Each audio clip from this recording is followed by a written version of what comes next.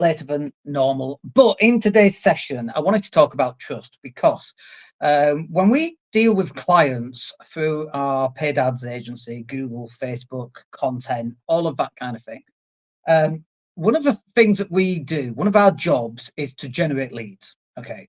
And then sometimes what happens is we generate leads and the leads never go anywhere. And when they ask, why do the leads not go somewhere? We go and we'll have a look at their Google reviews, their reviews on Facebook, and all of that kind of thing. What's the other big one? Not Trustpilot, probably. And often they've got some bad reviews. And it's like, look, guys, you need to improve these Google reviews.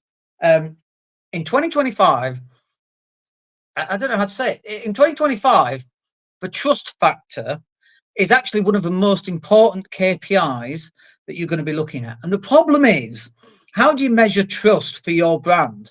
You know, if you're a plumber, how do you measure how you are perceived by other people? And that's a really difficult thing to actually do, I think. And so one of the easiest ways of doing it is to go and jump onto Google, type in your own business name, and then see what Google reviews you've got. And so, for example, this morning we had a client and they run all sorts of different types of marketing. And just recently, they have been struggling to close more business. And I jumped on, I had a look at some of their reviews, and they've got quite low reviews on some of them. Only a few reviews in total, but it only takes one or two of those reviews to be not great for whatever reason, often not even their fault, for that review to come down. And then what happens is, when we're running Facebook ads for a client or a Google ads campaign, for example, we know that people might click on the advert, but then what do they do next? Well, they go to Google, they go to ChatGPT, and they go check you out. And if while checking you out, they don't get good signals, good trust signals, then they're not going to take the next step. Even though they click your advert, brilliant, except now it's cost you some money. And now they're not going to take the next step because your trust signals are too low.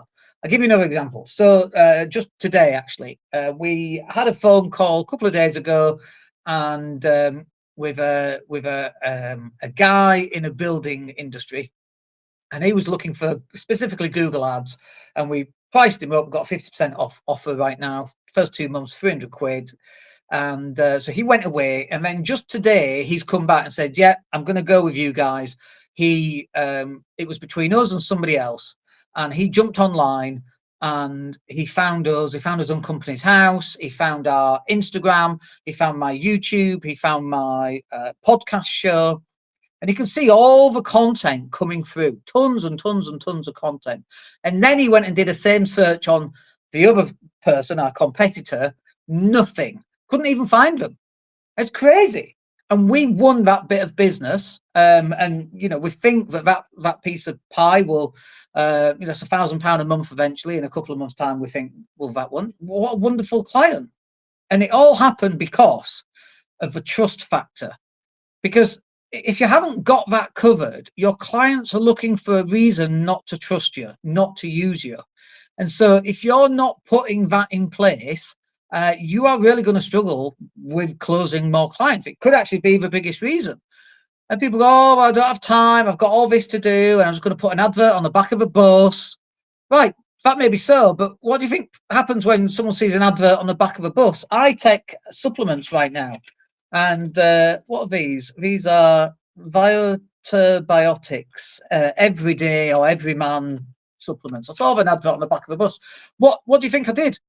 I didn't just go to the website and buy them. I went to Google and ChatGPT and I did my research. What do I get from these supplements? What's missing? What else do I need? Etc. etc. All of that kind of thing. And the reason I do that is because I want to investigate who I'm purchasing from. And I can't think of a single product. I'm looking on my desk. I got a laptop. I got a Samsung New Book 5 laptop. You could imagine the amount of research that I did on that. I've got tons of stuff on my desk, right? Mugs, you know, the desk, the monitors, the tripod, the microphone, the camera, which is my mobile phone. Do you think we did any research on all of those things? Absolutely. And if during that research I saw 5 reviews saying it's crap, it's crap, it's crap, it's crap, it's crap, I'm probably not going to buy the thing. When you go on holiday and you go to booking.com or other websites that are available, when you go on holiday and you're looking for a hotel, you go to the reviews and see what the reviews are. Often some of the reviews are quite funny, aren't they? Because there's just nothing to do with the hotel often. They're going to Ambleside in a hotel, and they're like, oh, Ambleside wasn't very nice. There's nothing to do with the hotel, so they might take 1 star out of 5. It's just bizarre. But you see, you need to be on that. If that is you in that hotel, you're losing because your hotel has got a bad review, which nothing to do with your hotel. One of our clients owns a hotel, and they just emailed us a bunch of reviews. Could you upload these to the website? Because they understand that getting reviews on your website, building trust, all that stuff is really, really important. If you can do that properly, then you're going to start closing more business. So it's 2 things, right? One is trust. The second one is content. And the reason why we keep saying content is because when you land on a website and you don't even know if this website is, if the company's still in business, right? We've all landed on websites like that. We look out of date. We don't know if we're going to be up and running still, and so on.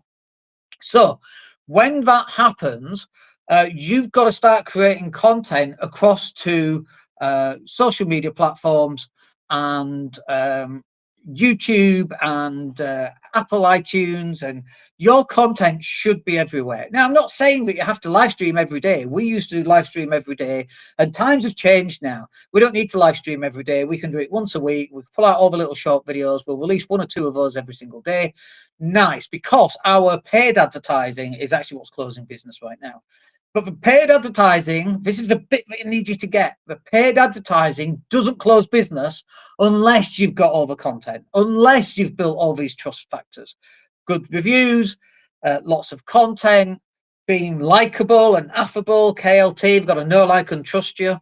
And so times are changing. And, for us as a digital marketing agency, we have to change with those times. We bring on content clients initially. Now we're bringing on paid ads clients, and moving forward, that's going to be a much bigger part of our business, which doesn't mean to say you no longer need content, because you do absolutely need content, but you need to pay to play if you want your business to be successful in 2025. All right, that will do us. I hope you got something out of that. You should have, hopefully. And if you need a hand with anything, obviously hit us up. You know where to find us, and we'll speak to you soon. My name's Dan Latter. Have a wicked day. Take care.